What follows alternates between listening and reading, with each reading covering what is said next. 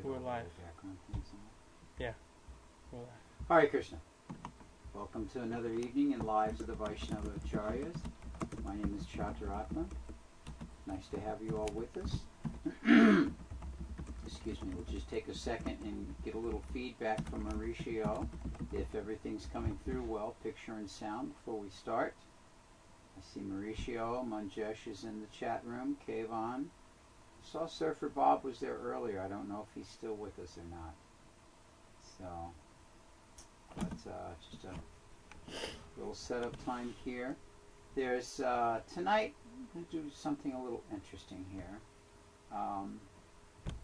As I was explaining to, well, first let me start off with this Bhagavad Gita verse that I wanted to read. It's Bhagavad Gita, 2nd chapter, verse number 41. Contents of the Gita summarized. Mauricio, give us some feedback out there. Let us know if the sound's coming through good and if the picture is fine. Looks a little dark on my monitor, but let us know what it is, okay? And I'm going to read this Bhagavad Gita verse, text number 41. Those who are on this path are resolute in purpose, and their aim is one. O beloved child of the Kurus, the intelligence of those who are irresolute is many-branched. The word that's used, various branches in the Sanskrit, one that's commonly heard is bahushaka. Bahushaka as describing something that is not focused. So that is exactly how I feel today. Bahushaka, not focused. And so in that mood, I've kind of put together a compilation of things for this evening. I was explaining to Abai before we went live that there are two words. One is hodgepodge and one is potpourri. And they describe the same thing, a collection of odds and ends. So we're going to do a potpourri this evening because this smells much sweeter. So what I want to start off with is last week we spoke about the anticipation of Gaur Purnima on Monday night, and I would like to hope that everyone had a very wonderful Gaur Purnima festival last Tuesday in your respective temples, and that at the same time you have started your new year of Gaura dedication to Lord Chaitanya with a very wonderful mood, and that everything has successfully gone well for you. It says the video is back now. Yeah. Can we do that digital check at the beginning time thing? Counter? Oh, I'll do that. Yeah, okay, good. All right, so yes, this is our first week of the Gaur Purnima of our new year. But last week when we were speaking in preparation and describing the first Gaur Purnima, we talked about how Mother Vaishnava Mata came before the deities that Santosh Datta and his cousin Narottam Das Thakur had established, and that Srinivasacharya was engaged in installing and inviting the Lord into those forms. And that when she came before the Lord in that way, she offered a very wonderful prayer, at which point I admitted that I had forgotten the prayer. So I did my research. This is the prayer composed by Vaishnava Mata in the presence of the 6 deities that were installed at the first festival at Kittori. Gauranga Balabhikanta, Shri Krishna Braj Mohan, Radharaman He Radhe, Radhakanta Namostu Te. So of course the first of the deities, Gauranga, then Balabhikanta, the Radha Krishna deities, Shri Krishna, deity of Lord Krishna by himself, Braj Mohan, Radharaman and Radhakanta. Now, after the departure of Ramchandra Kaviraj, Narottam Das Thakur had a desire to leave this world. Those of you that were watching on our Monday night chats during the visit of Indradumna Swami, he spoke about this. I don't remember if it was the first night or the second night. This would have been the 12th and 13th or so of February. but he spoke about this, that when Ramchandra Kaviraj departed from this world, that Narottam decided, I would leave this body. He didn't ultimately. That's a different story than we're going with tonight. But the point is that after coming back from preparing himself to leave this body and re-establishing himself here in this world, he would offer the following prayer to those 6 deities. O Gauranga, O Balabhikanta, please be merciful to this materialistic person. O Radhakrishna, O Radhakanta, O Brajmohan, please rid me of the agonies of this material world. O Radharaman, I lie at your feet. Please bless me that I can remember you in life and in death. So here we have these 6 deities that are installed under the direction of Narottam Das Thakur, with the blessings of Janavamata by Srinivasacharya. They're worshipped in Potpourri, and after Narottam recommits his life, he offers this wonderful prayer to them. Now one may ask, where are those deities now? What has become of them? So there are 6 deities, and we can give the following locations of those deities. The Gauranga deity is located at the home of Ganga Narayan Chakravarti, his house just some distance north of Mayapur. The Balabhikanta deity is located in Dwarka. The Sri Krishna deity, much to the distress of the Vaishnavas, this deity was worshipped by the king of Potpourri, Santosh Dutt, and then on down the line for some time. And then it was eventually given to one Brahmin family. And then we know, of course, that what was East Bengal eventually became Bangladesh, eventually became Muslim occupied and Muslim predominantly, and the majority of activities of Hindus were lost to time, and as a result, this deity of Sri Krishna has been lost and the whereabouts are unknown. Braj Mohan, of course, Braj Mohan is in Vrindavan, very uncommonly visited area of Vrindavan, very beautiful area down on the east side of Vrindavan, back where the Jamuna makes that turn. Very nice deity, Braj Mohan, very wonderful worship goes on there. Radharaman is the one I can't remember. So if any of you listening out there are familiar with this story and happen to know which place the Radharaman deity is at, you could tell me. I think my slight memory is that it is also, they are also in Dwarka, but I'm not positive. And then the last deity, Radhakanta. Radhakanta Namostute. Radhakanta is situated in the city of Puri. With Indraduna Maharaj and a few of his disciples, we went to visit there in 2006. Very, very sweet Gaudiya Math temple. Beautiful hanging garlands. Everything is very pukka, very clean, very, very nice. Beautiful temple, and this is the residence of Radhakanta. So these are where these 6 deities that were installed at the Potpourri festival we spoke about last week, where they are residing at this time. Now, I mentioned a bit of a potpourri, a little mixing of this and that, and this subject that we are discussing tonight, that we just discussed about these deities that we've been discussing for some, I don't know, 30, 32, 36 episodes, whatever it is now. These are all topics that we discuss for one purpose, and that purpose is to do away with prajalpa, to rid ourselves of the activity of prajalpa, because prajalpa simply means talking. Everyone is talking. But the type of prajalpa that is classified in the Bhakti Shastras as not beneficial is that prajalpa, that loose talk, which does not advance one's Krishna consciousness. Now, Bhaktivinoda Thakur, he gives a very nice description in his Bhakti Aloka? Thank you. In his Bhakti Aloka. He describes prajalpa which spoils bhakti in 8 categories. So I thought it might be interesting to look at these 8 categories, as this is what we are hopefully trying to avoid by sessions such as this, Monday night with the lives of the Vaishnavacharyas, Tuesday night with the improving our chanting of japa, Thursday night with Mother Indrani and discussing the writings of Bhaktitirtha Swami, and then Friday night with Ramya Prabhu speaking from Bhagavad Gita. Why are devotees from all over the world, all over America, all over everywhere, tuning in for these? Because it is our hope that by doing so we will rid ourselves of these 8 types of Prajalpa Bhaktivinoda talks about.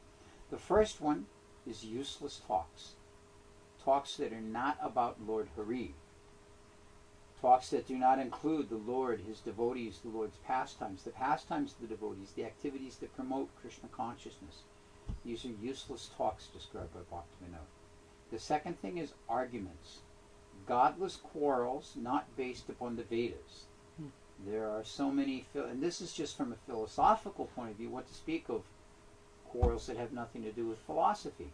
We find that these things are going on everywhere. So godless quarrels that are not based upon the Vedas, people discussing philosophy back and forth. I just read an article on CNN this afternoon that some scholar has come to a conclusion that after studying the Essene scriptures, Dead Sea Scrolls as they're more commonly known, that that she's concluded that there are actually no people called the Essenes.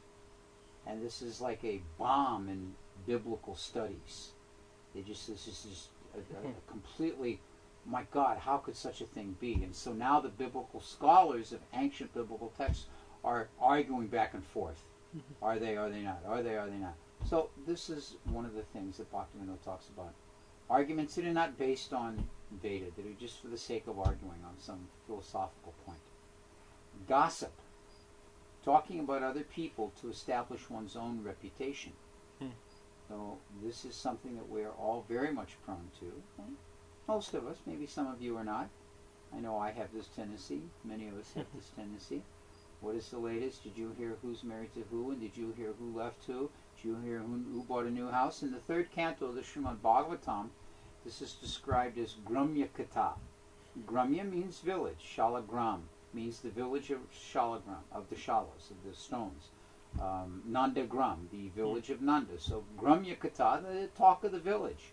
And in that same verse in the 3rd canto, it goes further to mention that Gramya Katha is described as Kukata and Matigni. Kukata means words that kill the intelligence. Matigni, kill the intelligence. So this is gossip.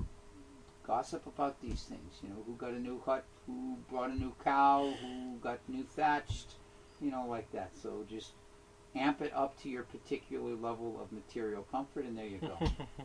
So the 4th item that Bhaktivinoda describes is debates. Desire for conquest. Now, in many of the episodes we've discussed in our series on the lives of the Vaishnavacharyas, we have come across such individuals who are in this category, debating with the desire for conquest. Rupa Narayan, famously debating with Rupa Goswami, all the different personalities that challenged Narottam Das and his associates, simply for the purpose of establishing themselves as a superior personality. Desire for conquest. Number 5, fault finding in others, or imposing one's own bad habits on other persons. This is a very dangerous mentality. There's an old saying that when you point a finger at someone, you're pointing 3 fingers at yourself. Because you're pointing one this way, but the hand's folded and the other 3 are going this way. So we have to be very cautious when we begin to accuse people and point out their faults, that these are not actually just observing our own bad habits, speaking about them. Item number 6 in Bhaktivinoda's list is speaking falsehoods because of one's own self-interest. Trying to promote ideas that one either knows or has not bothered to research as to whether they are factual. And this many times ties in with gossip. You know what I heard about so-and-so? I heard such and such. And maybe it's true, maybe it's not. But it falls into the category of speaking falsehoods and gossip, or tied together like that. The next one is worldly talk. Worldly talk that is devoid of God consciousness. This means all of the things that go on that do not center themselves around Krishna, or the advancement of the principle of devotional service. And the final thing that Bhaktivinoda Thakur mentions is blaspheming the devotees. This is, of course, the worst.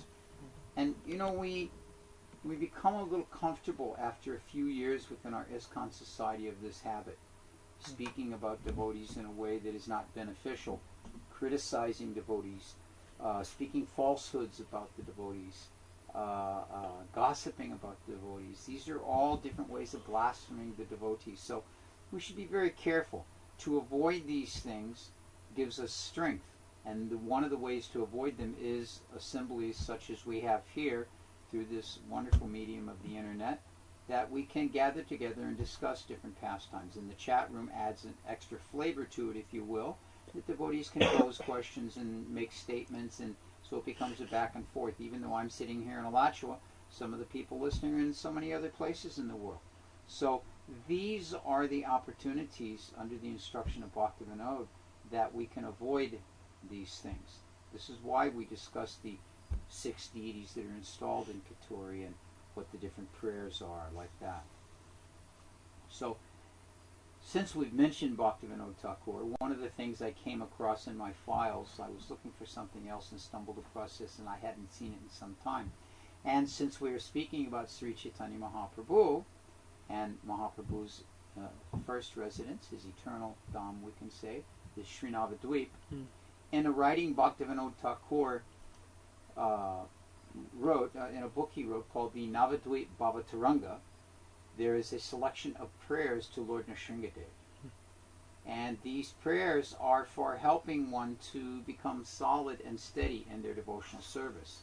So I'm going to read these prayers that are written by Bhaktivinoda Thakur, prayers to Lord Nrsingadev in his Navadvip Bhavataranga. Verse number 1. Within my sinful heart, the 6 enemies headed by lust perpetually reside, as well as duplicity, the desire for fame, plus sheer cunning. At the lotus feet of Lord Narasimha, I hope that he will mercifully purify my heart and give me the desire to serve Lord Krishna. Weeping, I will beg at the verse number 2. Weeping, I will beg at the lotus feet of Lord Narasimha for the benediction of worshipping Radha and Krishna in Navadvip, perfectly safe and free from all difficulties. When will this Lord Hari, whose terrible form strikes fear into fear itself, ever become pleased and show me his mercy? Verse number 3. Even though Lord Narasimha is terrifying toward the sinful souls, he offers great auspiciousness unto the devotees of Lord Krishna headed by Prahlad Maharaj. When will he be pleased to speak words of compassion unto me, a worthless fool, and thereby make me fearless? Verse number 4.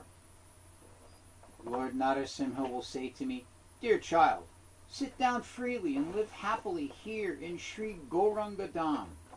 May you nicely worship the divine couple, and may you develop loving attachment to their holy names. By the mercy of my devotees, all obstacles are cast far away. With a purified heart, just perform the worship of Radha and Krishna, for such worship overflows with sweet nectar. And the final verse. Saying this, will that Lord delightedly place his own divine lotus feet upon my head? I will experience sublime love for the divine couple, Radha and Krishna, and undergo the ecstatic transformations called sattvika. Falling on the ground, I will roll at the door of Sri Narasimha's temple. So, of course, there's that famous temple in Mayapur of Lord Nrsingadev, Nrsingsapuri, and it's described that if one places a desire there before that deity, that desire will be fulfilled. So Bhaktivinoda Thakur here we see is placing this desire before that deity of Lord Nrsingadev, that not only will he establish for him the ability to be free from material influence, but he will allow him to worship Radha and Krishna while happily residing in Sri Gauranga Dham, as he describes it there. So here again, this is just another of the wonderful ways that we can protect ourselves from the influence of material energy by this type of proper kata, and by this type of proper understanding of the devotional activities, and keeping ourselves always speaking about the devotees of the Lord's activities like that. So this is one of the desires of the devotees. This is to protect ourselves, to inoculate ourselves against the influence of the material energy. And there's one very nice prayer from the Garga Samhita. It's the Balaram Kavacha. Now many of us are familiar with the Nishringa Kavacha. This is the prayer, and the Nishringa Kavacha and the Narayana Kavacha. These are prayers. The Narayana Kavacha particularly is given in the 6th canto of the Bhagavatam, a way of placing the names of the Lord on one's body in a subtle form to protect one from any type of difficulty in activities and reactions. So, in the same way, there is what's called the Balabhadra Sotra Kavacha, and these are the prayers for the protection of Lord Balaram. So I thought it would be nice to also read these as a means of understanding another way that we can protect ourselves from the influence of Prajalpa and material energy. Text number 1. Duryodhana said, "O great sage, please give me the transcendental Balaram Kavacha, which wise Gargamuni gave to the gopis, and which gives all protection." Text number 2. The great Muni said, "After bathing and dressing in clean cotton garments, a person should sit on a kusa grass mat." Whoa. Hare Krishna. We just had a visitor in here to the to the recording studio. A bird just flew in, seeking that shelter and that protection. That was a bat. No, is it a bat? Yeah. Oh, it was a bat. That was a bat. It was a bat. Okay, it was not a bird, it was a bat. It's in this tube right here. I know, I'm trying to see. Okay, so we're praying for the protection of Lord Balaram, and right here we're getting a live example of how we can get that protection. For those of you that may not be aware, we have a lot of bats down here in Florida, and they're very good for eating mosquitoes. So, as we were saying, after bathing and dressing in clean cotton garments, a person should sit on a kusa grass mat, purify his hands with mantras, bow down, and with fixed intelligence meditate on Lord Krishna's elder brother, Lord Balaram.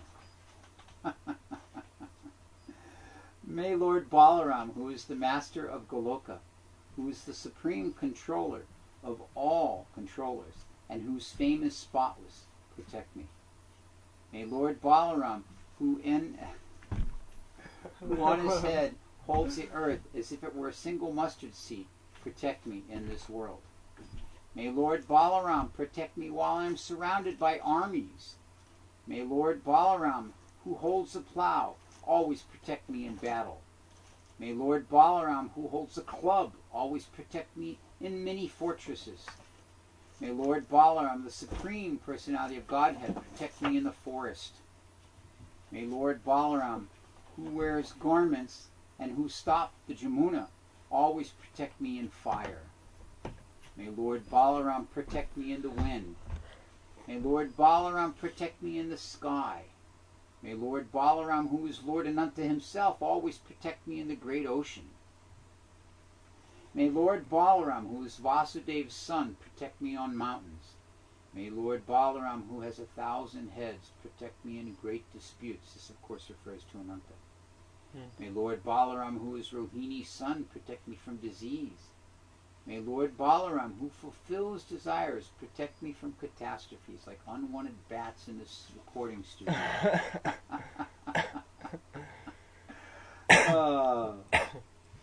May Lord Balaram, who is the enemy of the Nakasura, always protect me from lust. May Lord Balaram, who killed Dvidvida, always protect me from anger. May Lord Balaram, who is the enemy of Bhavala, always protect me from greed. May Lord Balaram, who is the enemy of Jarasandha, always protect me from illusion. May Lord Balaram, who is the best of the Vrishnis, always protect me at sunrise. May Lord Balaram, who is the king of Mathura city, always protect me in the morning. May Lord Balaram, who is the friend of the Gopas, always protect me at midday. May Lord Balaram, who is supremely independent, always protect me in the afternoon. May Lord Balaram, who is the king of the serpents, always protect me at sunset. May Lord Balaram, who is greater than the greatest, always protect me in the evening from bats in the recording studio.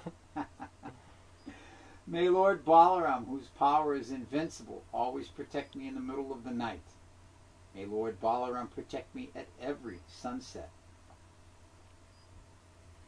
May Lord Balaram, who is the master of Revati, protect me from every direction. May Lord Balaram, who is the enemy of Pralamba, protect me from every direction. May Lord Balaram, who is the best of the Avana, yeah, it's on, I want you to be there, Okay. second one down. Oh, okay. May Lord Balaram, who is the protector of Revati, protect me from every direction. May Lord Balaram, who is the enemy of Pralamba, protect me also from every direction. May Lord Balaram, who is the best of the Avanas, protect me from below. May Lord Balaram, who always protects me, everyone protect me from above. May Lord Balaram protect me from near and far. May Lord Balaram protect me everywhere. May Lord Balaram, who is the Supreme Personality of Godhead, always protect me from within. May powerful Lord Balaram, who enjoys pastimes as the King of Serpents, protect me from without. May Lord Balaram, who is the Supreme Personality of Godhead, the Super Soul residing in everyone's heart, always protect me. Please know that this Kavacha of Lord Balaram is the best of all armors. It destroys the fears of the demigods and the demons.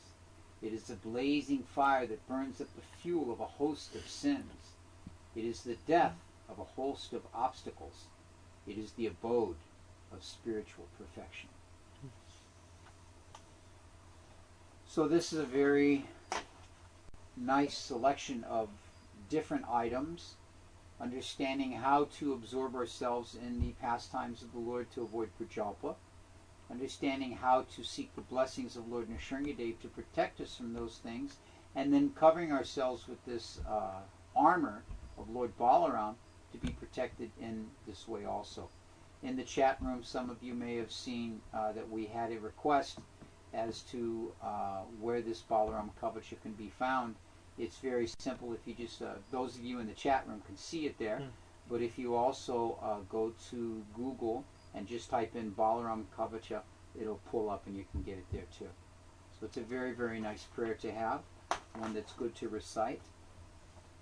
So I wanted to also, last week we had such a wonderful time discussing the pastimes of Sri Chaitanya Mahaprabhu during Gaur Purnima, and really absorbing ourselves in the mood of that first Gaur Purnima festival as the description was given in the Bhakti Ratnakar.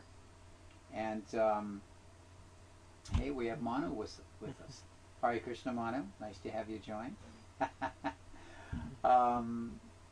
As I was saying, in the Bhakti Ratnakar, this description is given of the first observance of the Gaur Purnima festival, and we had great fun with that last week. Many devotees contacted me during the week and expressed their great appreciation for it, and it was very, very ecstatic reading. So what I would also like to do, previously we have spoken at length about the book that Mother Sitala has written, A Life of Devotion, the life of Narottam Das Thakur, and we've read from it on 2 different occasions, and I wanted to take the balance of this evening's time, and I want to read her description in novel format, as we've discussed before, of the festival at Katturi. Very, very wonderful. So we'll begin. This is, the festival has already been announced, invitations have been sent out, and the devotees have begun to arrive. So now we're going to pick up where the festival is actually beginning. Narottam stood alongside Srinivasacharya on the soft sand of the riverbank. His eyes flashed with excitement as he anxiously studied each of the boats crossing the Padmavati River. The river was teeming with boats of every size and shape, busily ferrying the festival guests across the water. Devotees from all parts of Bengal and Orissa had been streaming into Potpourri for all days. Narottam, Srinivas, Shyamananda, Ramchandra Kaviraj, as well as many of their disciples and residents of Potpourri, were tirelessly greeting each guest with devotion and respect. "She must be on that boat over there," Narottam said, pointing to a large boat crowded with devotees. "That is the special boat that Santosh had built for Sri Janavamata." Shading his eyes with his hands, Srinivas peered across the water. "Yes," he said excitedly, "I can see a palanquin on that boat, and there are some of her disciples, Manikatam Ramdas, Murari Chaitanya, and it looks like Vrindavan Das is there as well." "Look at the boat next to them," Ramchandra said exuberantly. "Isn't that Hridoy Chaitanya, along with the devotees from Ambika Kalna, and Shripati, and Srinidhi from Navadvip?" Narottam's heart pounded with excitement. Now, with Sri Janavamata's arrival, it seemed that everyone who had received invitations had arrived. It was all beyond his expectations.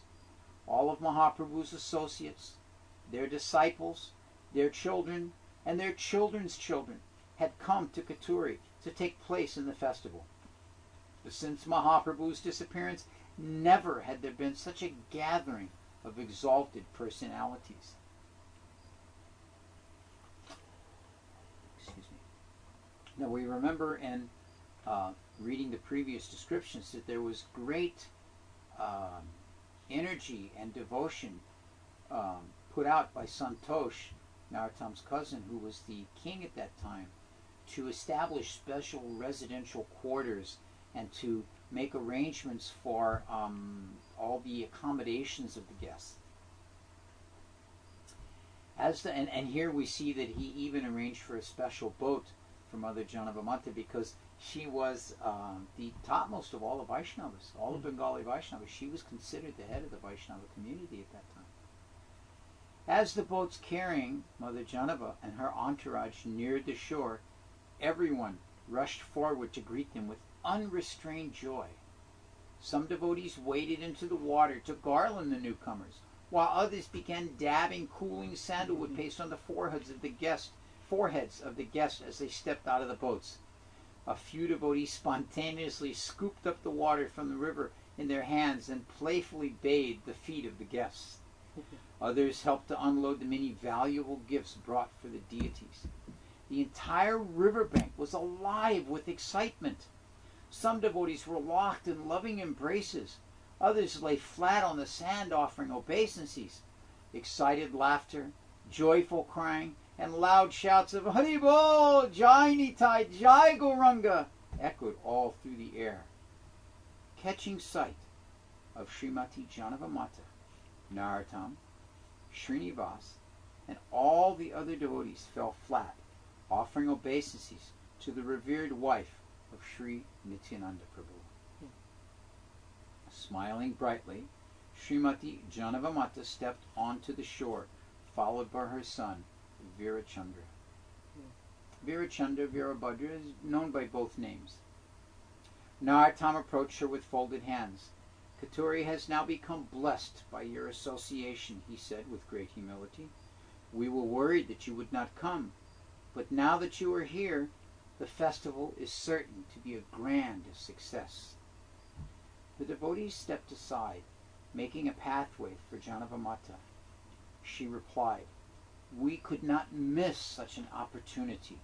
It is Mahaprabhu's desire that we all come together and glorify him." Srinivas, Narottam, and others escorted her and her entourage to the town. As the party of devotees entered Potpourri, the newly arrived guests were amazed and delighted to see the festive decorations bedecking the town in every aspect.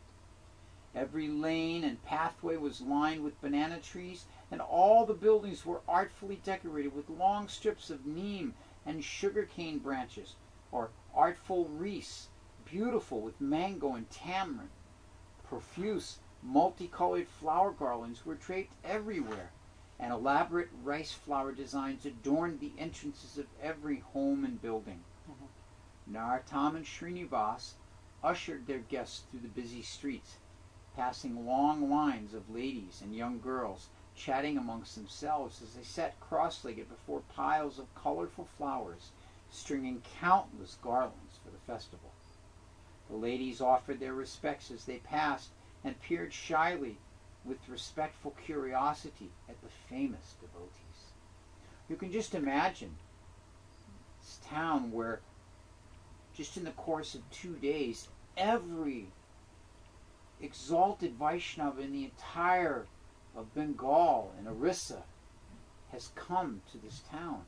How excited the devotees would be to see so many wonderful Vaishnavas, and not only see them, because as we know from Srila Prabhupada's instructions, even a moment's sight of a pure devotee is purifying. But to be able to serve them, to be able to hear from them, to observe their kirtan, what an uplifting mood this must have been.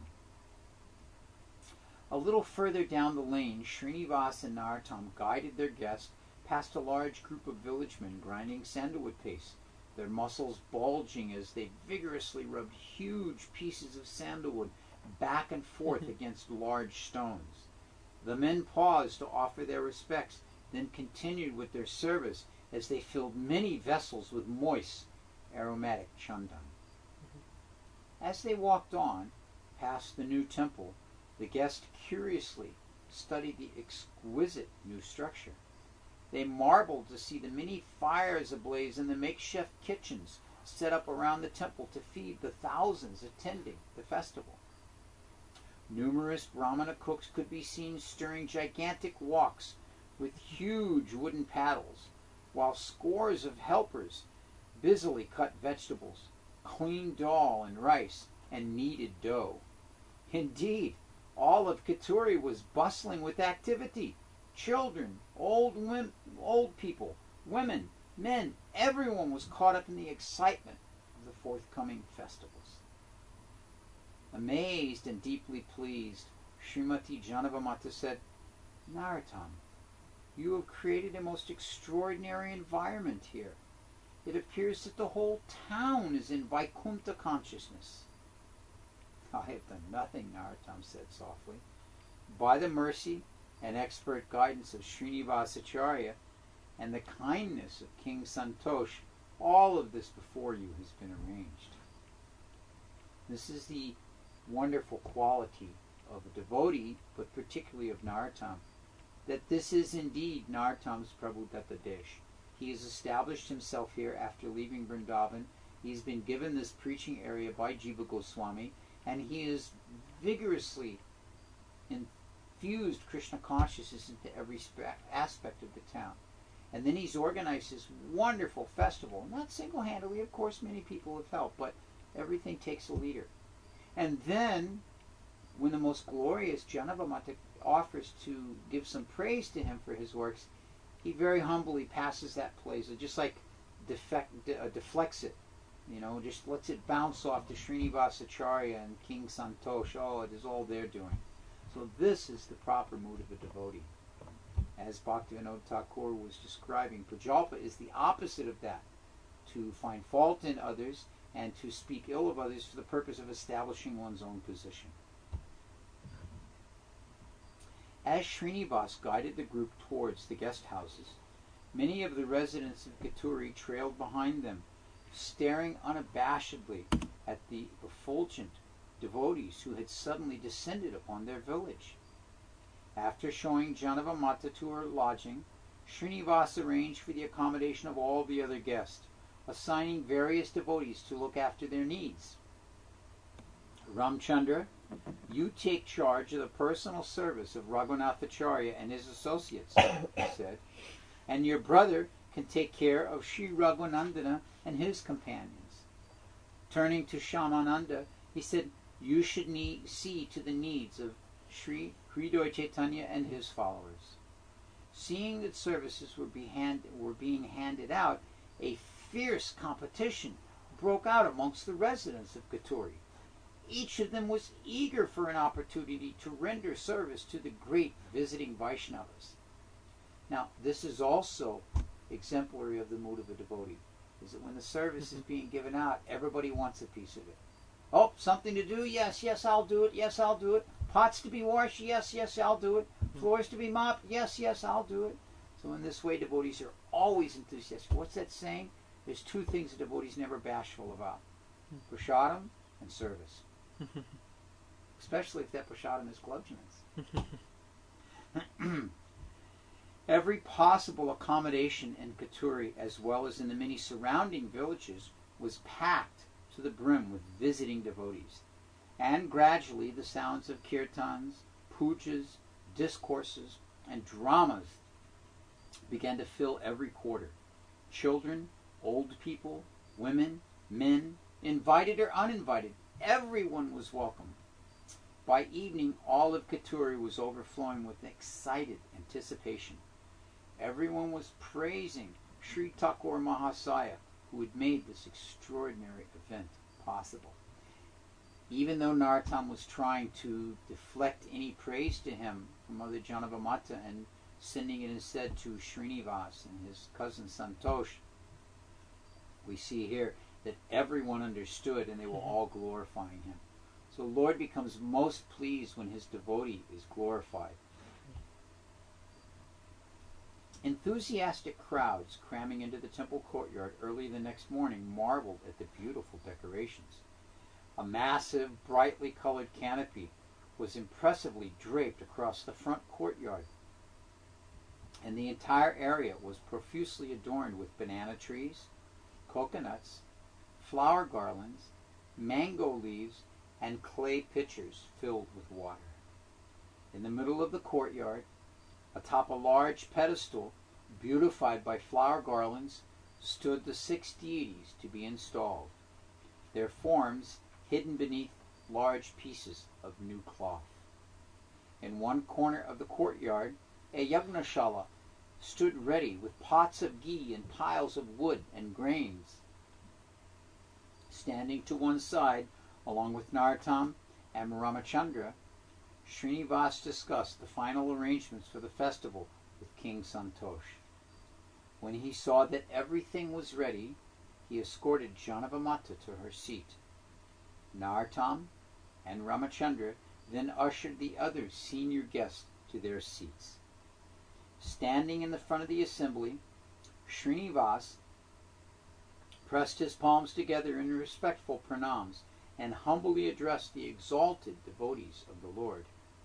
I request your permission to begin the auspicious Abhishek ceremony.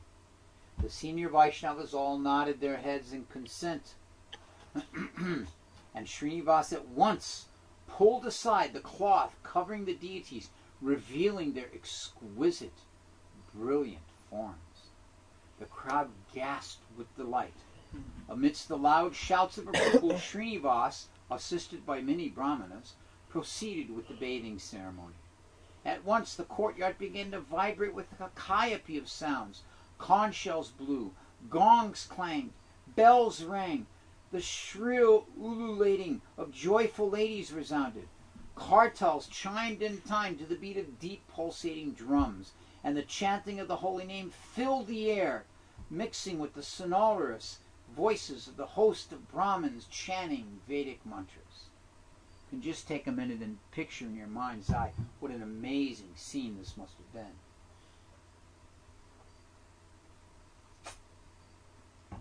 Excuse me. Narottam stood transfixed, staring intently at the golden deity of Lord Gauranga. His heart was overflowing with love for the Lord. Billows of incense smoke spread a delicious scent throughout the courtyard as Srinivas poured water over the body of the deities, and the devotees excitedly chanted, Jai Gauranga, Jai Nitai! When the bathing was completed, the deities were covered from sight as Srinivas carefully dressed each deity in gorgeous clothing. Meanwhile, the kirtan roared and fires blazed in the yagnashala. Srinivas completed the puja by carefully dabbing sandalwood paste on the foreheads of the deities and offering them fragrant flower garlands. Then, as conch shells blew uproariously, the curtain was removed, revealing the beautiful deities splendidly bedecked in new clothing. The crowd, wild with excitement, crushed forward to have darshan of their lordships. Srinivas picked one of the deities up and loudly called out, "Jai Shri Shri Balavakanta ki Jai!" As the crowds roared their approval, he carried the deity to the altar and placed him down. Then, picking up the deity of Lord Gauranga, Srinivas called out, "Jai Shri Shri Gauranga Mahaprabhu ki Jai!" and placed the deity on the altar to the side of Sri Balabhikanta. In this way, one by one, the deities were moved to the altar, with Srinivas calling out the name of each deity. Jai Shri Shri Brajmohan, Jai Shri Shri Krishna, Jai Shri Shri Radhakanta, Jai Shri Shri Radharaman. Ecstatic kirtan continued to roar as a sumptuous feast was offered to their lordships and the arti ceremony was performed.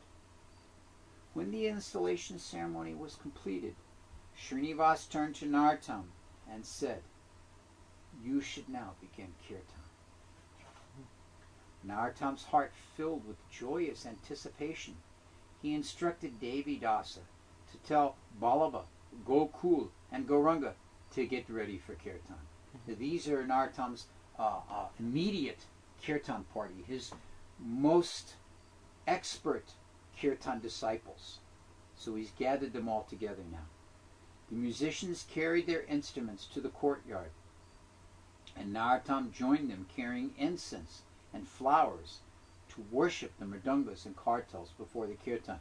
We spoke about this last week, and Bhakti Ratnakar gives a very nice description of how the kartals and the mridanga would all be offered garlands and sandalwood paste like that, because these are the anga of Sri Chaitanya Mahaprabhu, the arms of Mahaprabhu, the instruments that are used in his kirtan. The excited crowds pushed forward, straining to get a better view as the kirtan began to assemble. After completing the puja, Narottam gently placed flower garlands around the neck of each of the musicians and smeared sandalwood paste on their foreheads. Turning to face the crowd, Narottam's heart flooded with bliss and gratitude, and he fell to the ground, offering full dandavats to all of the Vaishnavas assembled. Standing up, he then proceeded to offer his obeisances to each of the senior devotees present. With great humility and joy, he circled the entire courtyard, rising and falling again and again as he bowed to each devotee. Finally, he turned towards the deities. With eyes filled with love, he called out to their lordships, "Gauranga Nitai, please give us your blessings." There was silence in the courtyard. All eyes were on the face of Narottam as they anxiously waited for him to sing. Taking the kartals in his hand, Narottam sat down in the center of the musicians and nodded to begin. Narottam sat erect, his eyes closed, his expression meditative, as he listened to Devi Dasa's deft hands slowly and softly dance across the mridanga. With a gentle smile, he began to sing in a voice imbued with devotion. Poignant verse after verse in glorification of Sri Chaitanya Mahaprabhu flowed from his mouth like streams of nectar. The crowd was completely captivated by his exquisitely sweet, penetrating voice and the magnificent musical accompaniment. It was a divine sound, a new and extraordinary type of kirtan, unlike anything ever heard before. Tears began to glide down the faces of many of the Vaishnavas as they listened to Narottam's poetic glorification of Sri Chaitanya Mahaprabhu. The temple gradually increased, and the people in the audience clapped and swayed to the mesmerized music.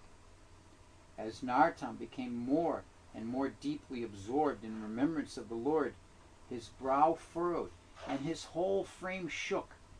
The cymbals in his hands flashed in the morning sunlight, and tears of happiness flowed down his cheeks as he continued to sing in a voice trembling with devotion. One poetic song after another poured from the depths of Narottam's heart.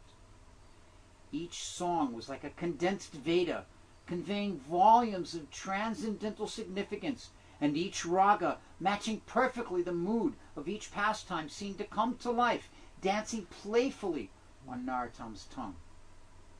Skillfully shifting the mood, style, and tune of the kirtan, Narottam began to sing the glories of Sri Sri Radha and Krishna with profound love and devotion. The inundation of pure sound vibration emanating from Narottam's lips flooded the courtyard with spiritual energy, engulfing the entire audience in the atmosphere of bhakti. No one could remain unmoved as they were swept up in the waves of Narottam's prema. Men, women, children, and non-believers, everyone began to swim in an ocean of transcendental bliss. But Narottam was oblivious to his surroundings. He sang on, his body drenched in sweat, mixed with tears of joy. The Sankirtan pavilion echoed loudly in the praises of the Lord, and many devotees stood and danced with wild abandonment, forgetting everything except the bliss of the kirtan. As Narottam continued singing, he, along with the others, noticed an extraordinarily sweet scent filling the air. It was clearly not the smell of flowers or incense, but a wonderfully intoxicating scent, which, as it swept through the crowds, caused row after row of devotees to swoon in ecstasy. Narottam realized that this incredible fragrance was emanating directly from the body of the deities. With this realization, Narottam felt a profoundly deep sense of separation from the Lord, and he changed the melody of the kirtan to match this mood. He thus led the crowds into even deeper states of spiritual emotions. The atmosphere became thicker and thicker until the feelings of separation pervading the courtyard were so profound it appeared to everyone, including the musicians, that they were moving in slow motion, as if walking through honey. As if walking through honey. So we're going to finish there with this description. There is 2, 3, 4, 5, 6 more pages of descriptions of Narottam's kirtan party. So maybe we'll save that for another time and another place when we can absorb ourselves in more of the kirtan pastimes of Narottam Das Thakur. So as we wrap up this evening's broadcast, I would encourage anyone that wasn't our bat.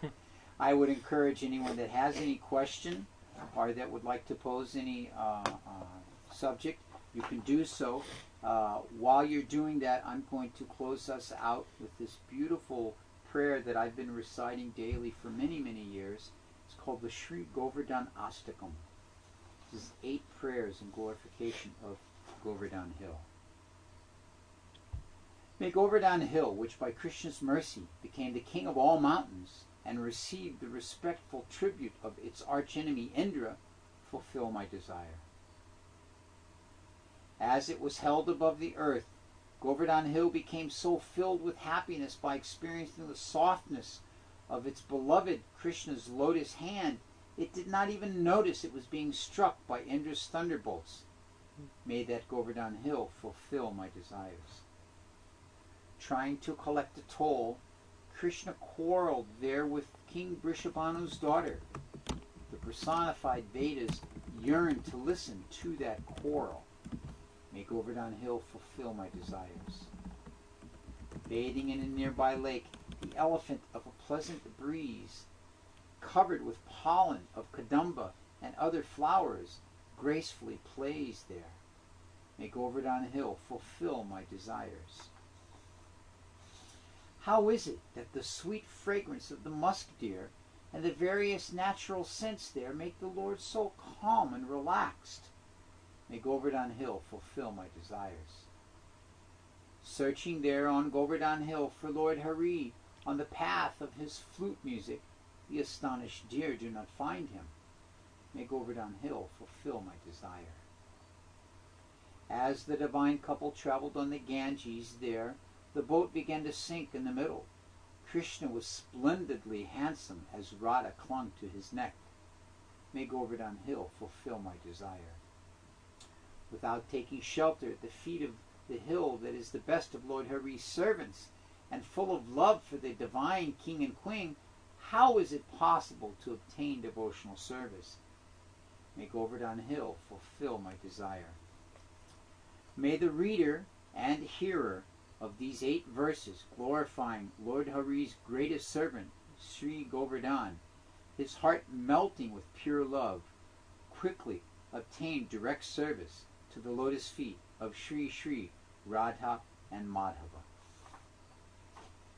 So we'll finish there this evening. We have no questions. We thank all of you very much for joining us, and we ask you to join us again next Monday evening for another episode in Lives of the Vaishnava Acharyas. Hare Krishna.